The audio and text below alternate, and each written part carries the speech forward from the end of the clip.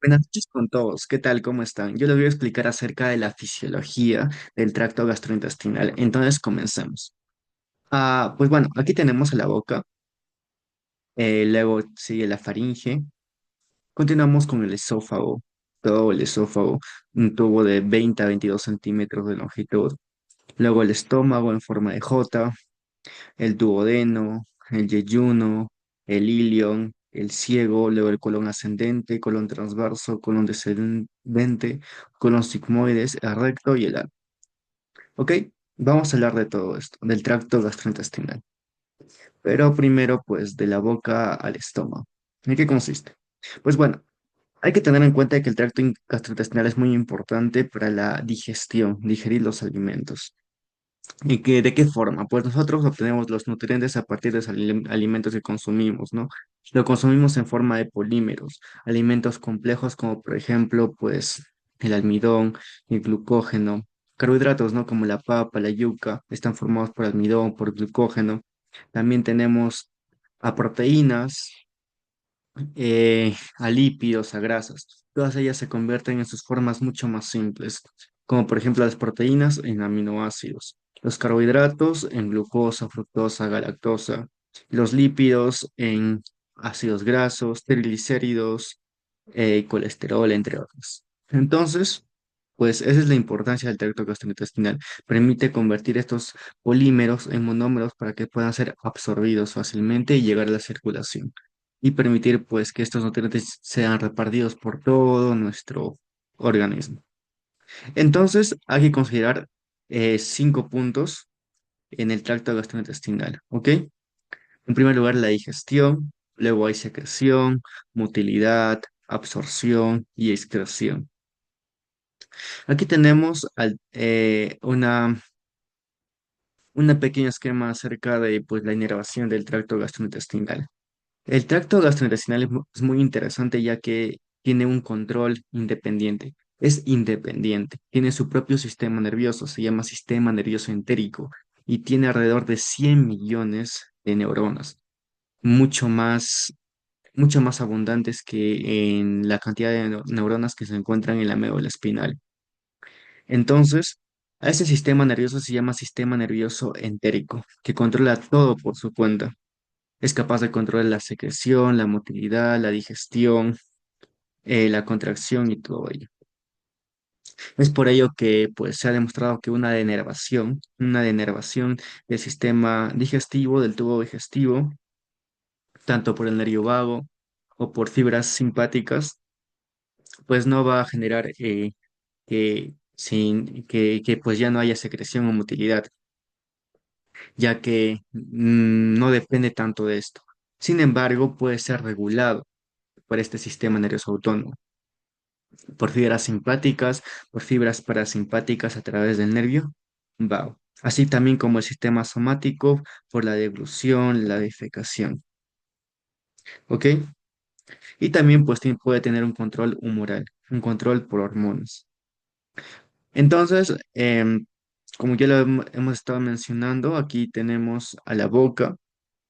Vamos a analizar 4 puntos importantes de cada uno de los componentes del tracto digestivo, lo que es la motilidad, su secreción, la digestión y la absorción. En el caso de la boca, pues su motilidad es la masticación, ¿no? Es un mecanismo, es una forma de digestión, pero mecánica, un movimiento mecánico, ¿ok? Luego, la secreción por medio de glándulas salivales, la saliva, amilasa y todo ahí. Luego, digestión tiene un tipo de digestión mecánica y absorción, en la boca no hay absorción, ¿ok? Luego en el esófago la motilidad sería por medio del peristaltismo, secreción, no hay secreción, bueno, hay glándulas extrínsecas, secreción, en la digestión no hay digestión y no hay absorción tampoco de los alimentos.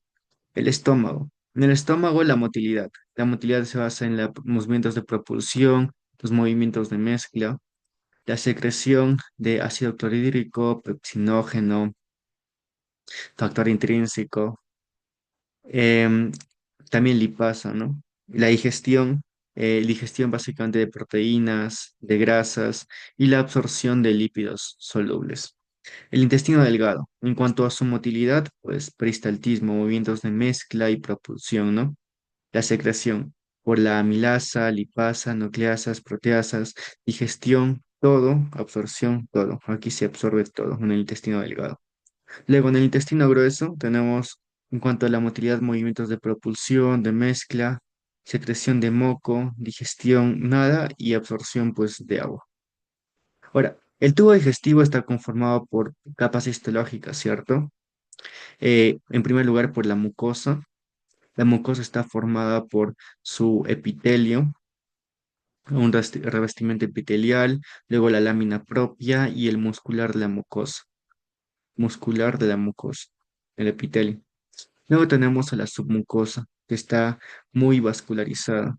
En la submucosa encontramos al plexo submucoso o plexo de Meissner, que se encarga de, pues, controlar el flujo sanguíneo, controlar la motilidad, la absorción y el control del flujo sanguíneo, ¿no? Luego tenemos a la capa muscular, que está formada por la circular interna y la longitudinal externa, aunque en el caso del estómago tenemos tres capas musculares, la oblicua, la circular y la longitudinal de, de profundo a superficial. ¿Ok? Oblicuo, circular y longitudinal. Continuamos con la serosa que sería en este caso el peritoneo, ¿no? El peritoneo, por ejemplo. Ya. En cambio, en el muscular, entre el circular interno y el longitudinal externo, encontramos el plexo de Auerbach, que se encarga de controlar la motilidad, la contracción, la frecuencia de esta contracción, la intensidad, la conducción, así como también el tono del músculo.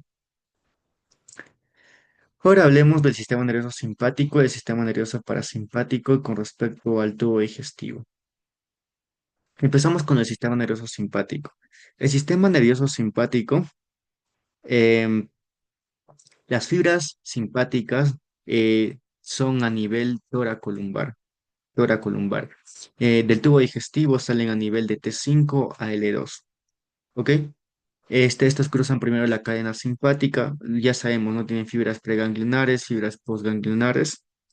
Las fibras preganglionares se encuentran aquí y luego pues pueden llegar a la cadena simpática o pueden ir a un ganglio, ¿no? A un ganglio prevertebral, como por ejemplo el ganglio celíaco, el ganglio mesentérico superior, mesentérico inferior, al ganglio hipogástrico, y luego ir a un órgano, ¿no? En este caso vamos a hablar del tubo digestivo. ¿Qué efectos tiene el sistema nervioso simpático sobre el tubo digestivo? Pues más que nada inhibe la secreción, inhibe la motilidad, tiene un efecto inhibidor por medio de su neurotransmisor, adrenalina y noradrenalina. Ahora, el sistema nervioso parasimpático, en cambio, es a nivel toracolumbar, a nivel, diré cráneo sacro, a nivel cráneo sacro. A nivel craneal, en el tallo encefálico, por el núcleo del tracto solitario sale el nervio vago.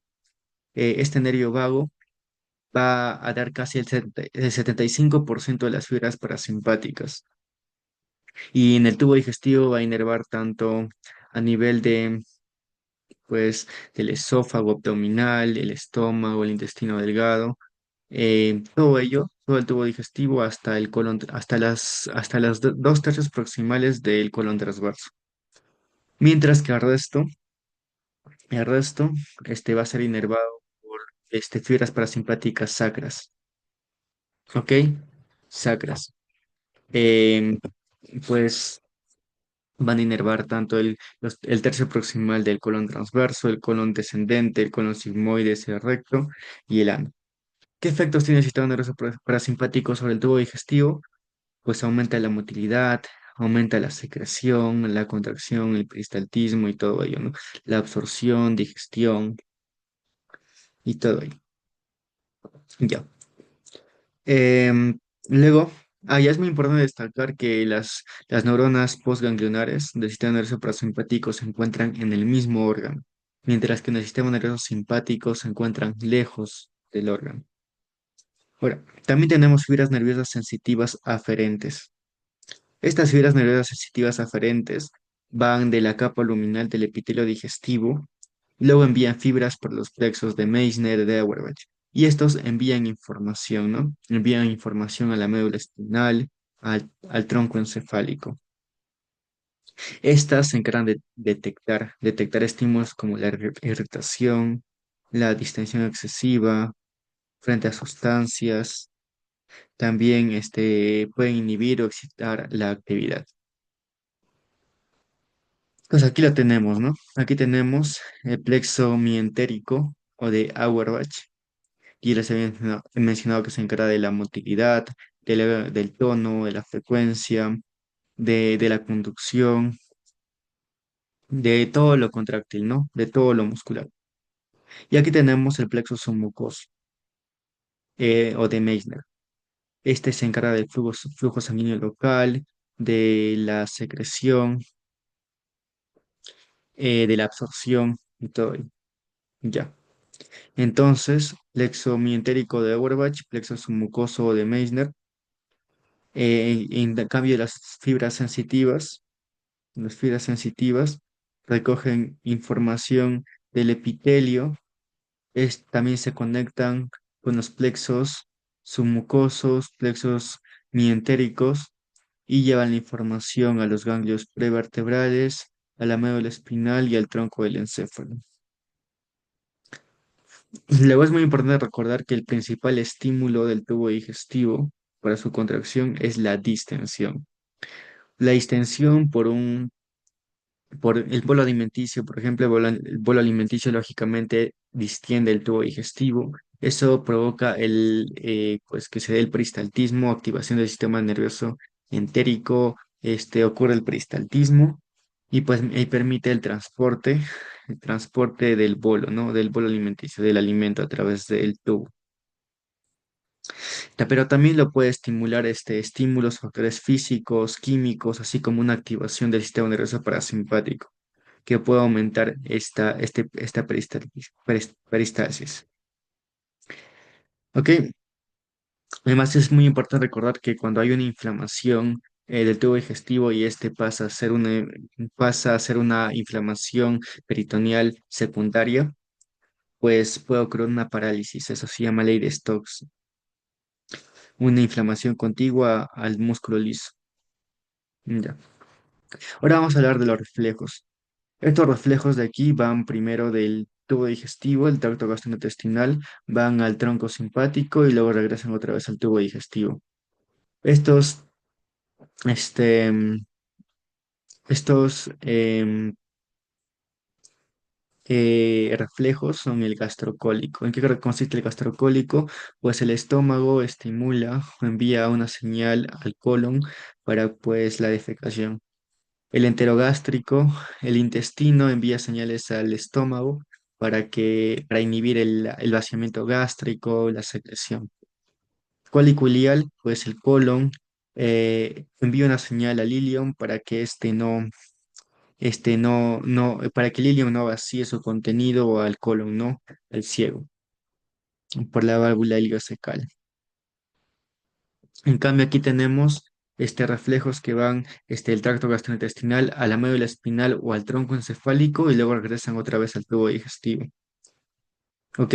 Por ejemplo, esta estimulación, cuando llega un alimento al estómago y en los movimientos de peristalsis no son lo suficientemente fuertes, estas señales enviadas por por el sistema nervioso entérico no son lo suficientemente fuertes, entonces se envía una señal al tronco del encéfalo, a la médula espinal, para que el sistema nervioso parasimpático a través del nervio vago aumente o pues acelere esta peristalsis y permita una correcta digestión. También los estímulos dolorosos pueden inhibir la actividad intestinal y pues también puede haber el colon, el recto, pueden enviar información a través de la médula espinal, al tronco del encéfalo, regresa a través del tubo digestivo al colon y estimula la defecación. Ahora, veamos este estímulo nervioso. Entonces, les había mencionado, ¿no? Llega el alimento, el bolo alimenticio y hay distensión.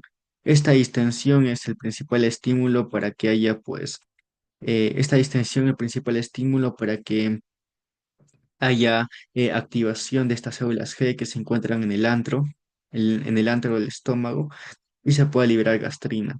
Esta gastrina permite la secreción de ácido clorhídrico, activa las células parietales y permite su secreción de ácido clorhídrico, factor intrínseco. También estimula las células similares a las enterocromafines, permite la liberación de histamina que se une a receptores histaminérgicos H2 y también estimula las células parietales.